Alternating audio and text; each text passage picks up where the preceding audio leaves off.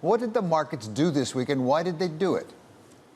Yeah, thanks, David. Look, this week was a bit of a tug of war. On one side of that tug of war, we saw the big cap tech earnings. They were, in a word, disappointing. In fact, and you noted this up front, it wasn't necessarily the 3Q results. It was the guidance across the board between advertising revenue, between cloud computing demand. We're seeing a softening there, and that really dragged down the NASDAQ. But on the other side of this tug of war, we saw the Dow up nearly 6% this week. Now, what was driving that? Well, we are certainly starting to hear a little bit more optimism about a Federal Reserve that may be looking to raise rates at a more moderate pace. Now, of course, next week's meeting, the 75 basis point, the 0.75% rate hike, almost baked into the cake. It's probably going to happen, but really all eyes will then focus on that December rate hike meeting. Will they go 50 basis points or will they go 75? And in fact, we heard a little bit more from some Fed governors that perhaps a more moderate rate of rate hikes probably makes sense here, just giving them an opportunity to pause, assess the economy, see what's happening. So interesting moves in the market this week. We do think more broadly, some of those inflationary trends that we have been seeing, some of the forward-looking indicators are starting to show some signs of rolling over. That gives the Fed a little bit more comfort in perhaps going at a more moderate pace. We certainly saw that from the Bank of Canada this week as well, who went 50 basis points rather than the expected 75. Peter, what did we say? We heard from Mona, we're hearing some optimism about the Fed. Where are we hearing that from? I don't remember the Fed giving us much optimism. I don't think the Fed is giving us any optimism. I think that this is an interesting case of, are you actually listening to the people who have the power to move the interest rates? If you're actually listening to the Fed, I think it's pretty clear the Fed's moving to squash inflation. And they're not going to stop until inflation goes down. And inflation's sticky, and it's not going to move so quickly.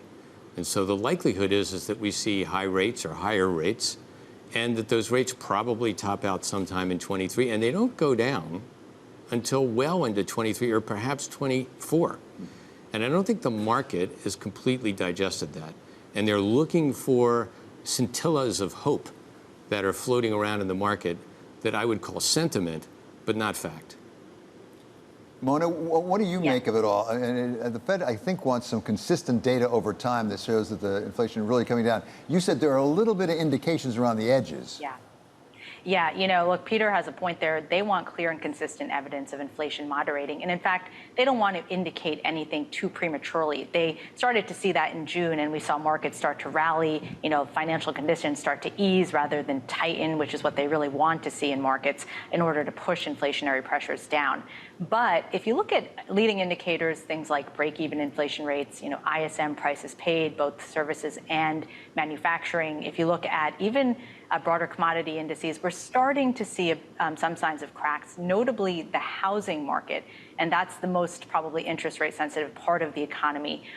Over the last couple of weeks, we've seen some real weakening there in terms of home builder sentiment, housing starts, even price appreciation that's really kind of moved lower in a more meaningful way. And so, you know, with mortgage rates over 7% at this point, we are starting to see some cracks there. Now, keep in mind, the shelter and rent components of CPI are sticky, and they may lag what we're seeing in the actual housing and even in the actual rental markets. But at some point, you know, the Fed will have to acknowledge that we are starting to see some of these cracks appreciate. And in fact, we will probably need to still get that clear and consistent evidence of inflation rolling over. But markets won't wait for the Fed to announce that. They're going to start thinking ahead of time, looking past, just like they look past this week, some of these weaker earnings, potentially a weaker even rate of economic growth going forward. But markets tend to move about 6 months ahead of all of that as well. So probably an interesting time to start thinking about positioning, especially for the year ahead. Yeah, I think, just to follow up on Mona's point on the tug of war, you know, part of the tug of war was driven by nominal growth rates because inflation is very high, prices are being reset, companies are increasing their prices, and the revenues are going up. And the revenues are actually going up faster than their unit growth. In fact, some of the unit growths are actually going down, but revenues are still going up. So that's producing growing earnings, and that was somewhat unexpected, and that strength was somewhat unexpected. And you saw it mostly in the Dow companies, and the financial entities in Dow companies benefited from a much higher rate environment and much higher net interest income.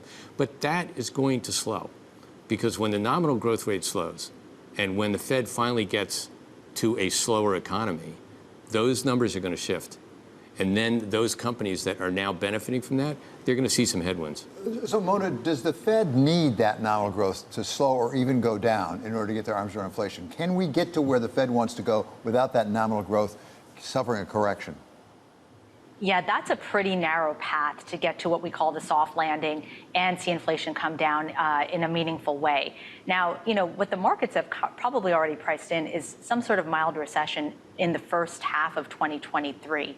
And keep in mind, historically, if we do get that scenario, markets are down on average 25 to 35%.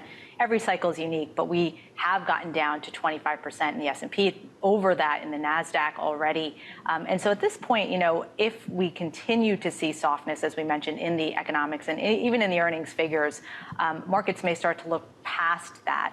Now, what's interesting here is, of course, to Peter's point, what's held up very well this year thus far, of course, has been value parts of the market, defensive parts of the market. Think about your healthcare, your staples, your utilities, all also kind of inflationary hedges there. The question is, as we get towards a peak potentially in a Fed funds rate, as we look towards the 10-year Treasury yield stabilizing and potentially moving lower, do we want to start complementing some of that value defensive with maybe starting to pick up quality parts of growth?